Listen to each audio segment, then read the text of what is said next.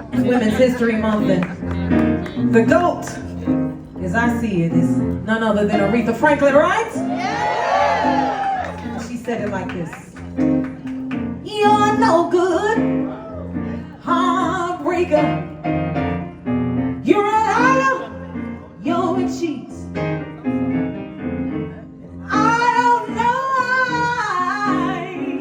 why I let you do these things to me.